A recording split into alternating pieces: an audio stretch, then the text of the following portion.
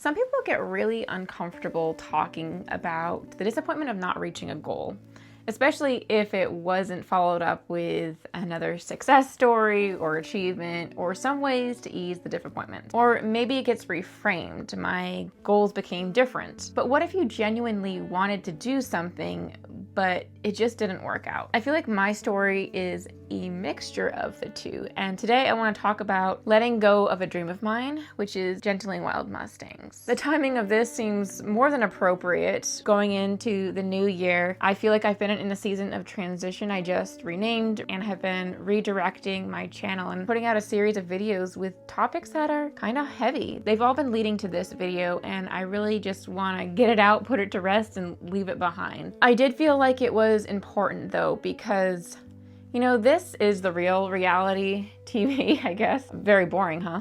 But no, this is real life. I personally love to document because I love to document change. I love to document growth, development. I've been like that my whole life. The other reason it's important to me is I think that these are struggles we all have. And I know from past videos that others have related to my struggles, and I've related to their struggles as they share with me in the comments. So I just want to humanize YouTube, I guess. Anyway, training Mustangs was a dream that I've had for like 25 years. I became obsessed with Mustangs probably when I was around 10. My neck is really stiff, sorry.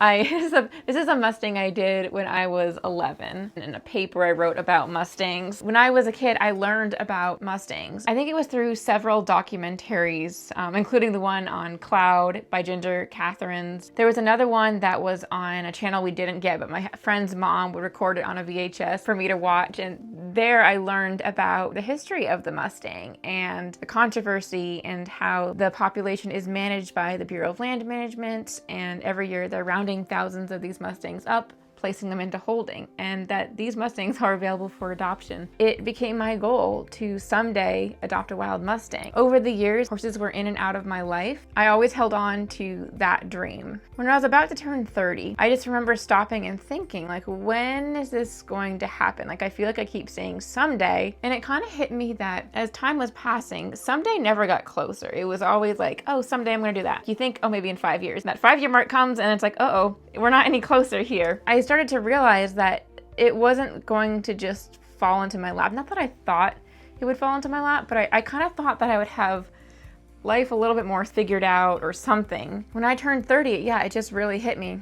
If I want this someday to happen, I've got to make it a today. That was a really pivotal moment of my life to have that change in perspective. Later that year, I got my first Mustangs and started that journey of gentling and finding homes for Mustangs. That was a crazy time. Like, oh my gosh, so many great memories. I think the Mustangs met my expectations of what it would be like. I was, I think, surprised by how some of them can come around pretty quickly. But the thing that I did not expect at all was just how much I would change through the process. When you start working with Mustangs, you start developing a heightened awareness and attention to detail. I mean, you have to. And if you're struggling with things, you really do have to be considering all the variables and how can I reduce the challenges to learning. And so connections are made with the horse's behavior and how they're kept and feeling in their body. And for me, the way my brain works, I'm always asking why. Why this, why that, why? And I feel like for me to understand a simple concept, I have to understand how it fits in the whole, like where the puzzle piece fits in the whole puzzle. And I'm not gonna rehash past videos, but I've been on this huge learning journey. I feel like this new knowledge has been a curse for me. I've talked about just how awkward that change in the horse world can be. It can be really disorienting. And then just the burnout of just when you learn stuff, you have that responsibility to act differently in a way that fits your values, and that can cause burnout. And top of it all, these Mustangs that I brought into my life to gentle and find homes for, I had a very difficult time finding homes for them. And part of it, well, a big part of it was me.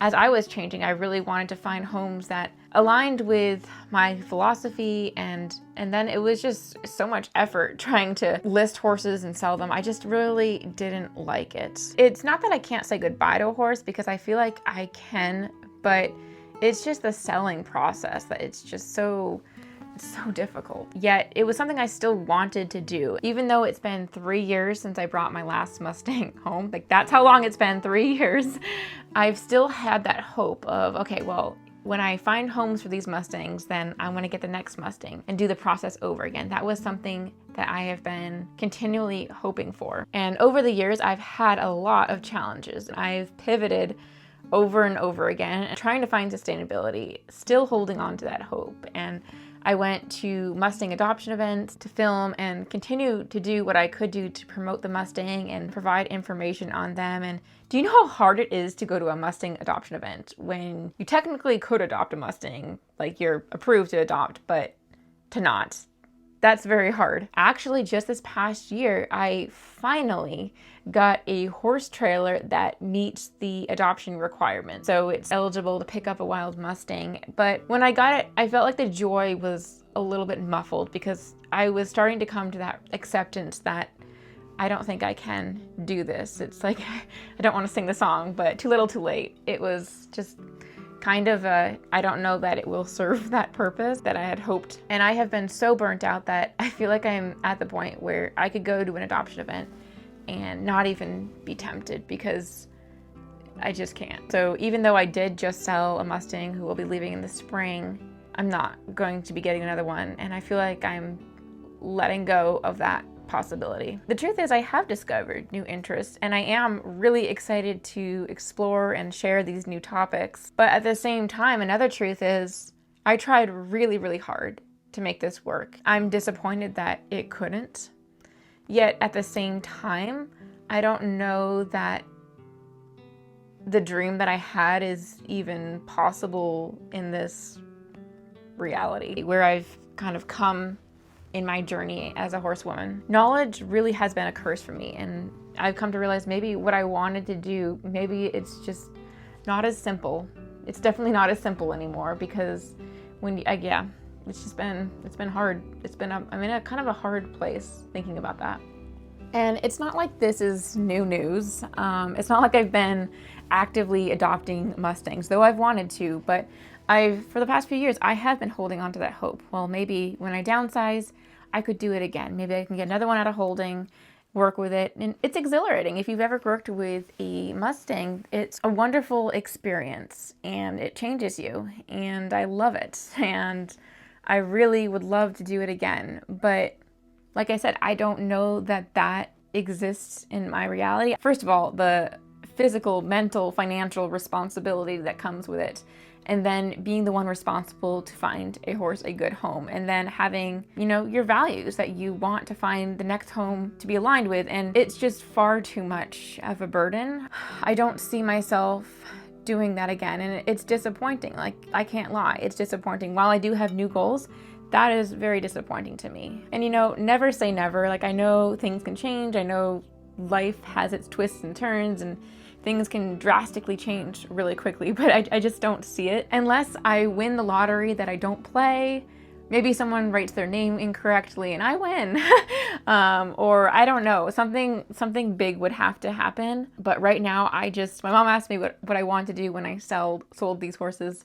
And I said, breathe. I just want to breathe. And I have other things I really want to focus on, investing in friends, family, my church. These are all things that I really want to do more of, and I feel like I've poured so much into these horses that I have.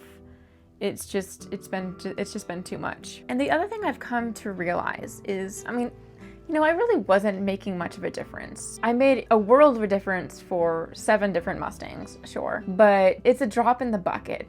And I feel like the impact that I have made, maybe it's better suited for just being here on YouTube. I can't tell you the number of emails I've gotten from people who have thanked me for being so candid in videos and just like being authentic and real, and other people thanking me for my Mustang information videos and how helpful or inspiring for them to get started with their own Mustangs. I've gotten so many stories of that. Maybe I'm not physically the one doing the work, but if I can be a support to those who are, maybe that's where I have a bigger impact anyway. So the point of this whole video is just to say that it's not always easy letting go. There is good mixed in with the disappointment, for sure. Like, I'm excited about the new things that I'm learning and going to be sharing, and I'm disappointed that I am not going to be working with a new Mustang. At the same time, you know, I really took a leap of faith there. I tried. I really tried. I struggled. I pivoted, did all the things, and eventually I realized it wasn't working. And I don't regret trying, because this experience changed me so much. And the things that I'm now learning about,